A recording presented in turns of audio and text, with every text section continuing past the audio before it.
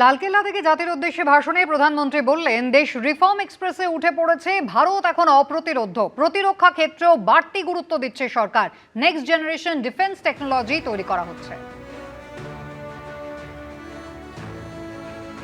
मेरे प्यारे देशवासियों, सुरक्षित भारत बनाना हम सबका दायित्व है।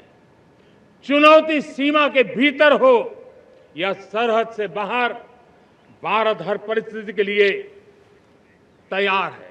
आज युद्ध का नेचर बदल रहा है। अब युद्ध सीमा पर ही होता है, गारंटी नहीं है। आज युद्ध सीमा के अंदर, कहीं रिफाइनरी पे जाकर के, कहीं बैंकिंग सेक्टर को जाकर के, कहीं डेटा सेंटर को जाकर के, एक प्रकार से लड़ाई का नया रूप, इंफ्रास्ट्रक्चर तोड़े जा रहे हैं, फैक्ट्रियां तोड़ी जा रही है। हमने मिशन सुदर्शन चक्र की पिछले सालों घोषणा की थी, बहुत तेजी से उस पर काम चल रहा है। आज डिफेंस एक्सपोर्ट हमारा करीब 50 गुना बढ़ा है। करीब 100 देशों में हमारे अस्त्र शस्त्र पहुंच रहे हैं। वैश्विक पटल पर भारत की प्रतिष्ठा धीरे धीरे बढ़ रही है। बदलते हुए समय में अस्त्र शस्त्र की तरफ काम करना है, सैन्य बलों का सामर्थ्य बढ़ाना है, लेकिन साथ साथ नागरिकों को भी तैयार करना होगा। पिछली शताब्दी के युद्धों के अनुरूप जो सिविल डिफेंस की व्यवस्थाएं हमारे देश में विकसित हुई है, वो कालबाह्य हो चुकी है। और इसलिए मैं आज लाल किले से घोषणा कर रहा हूं कि हम आने वाले दिनों में सिविल डिफेंस का एक वाइब्रेंट नेटवर्क खड़ा करेंगे।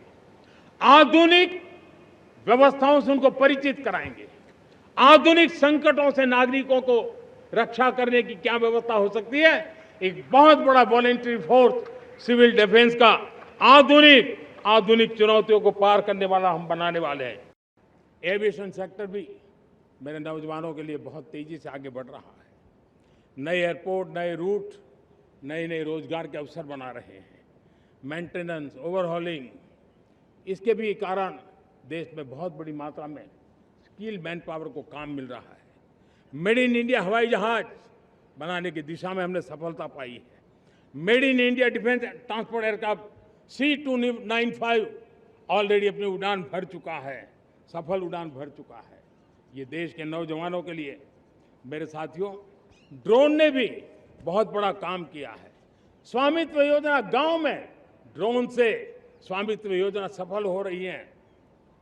करीब 3.25 करोड़ परिवारों को स्वामित्व योजना का लाभ मिला है और इसके कारण 140 लाख करोड़ रुपए जैसी संपत्ति अनलॉक हुई है, जिसके कारण बैंक से लोन मिल सकता है, लोग अपना कारोबार कर सकते हैं।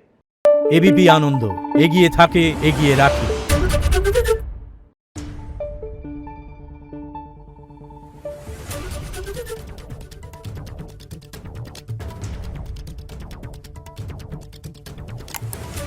Thank you.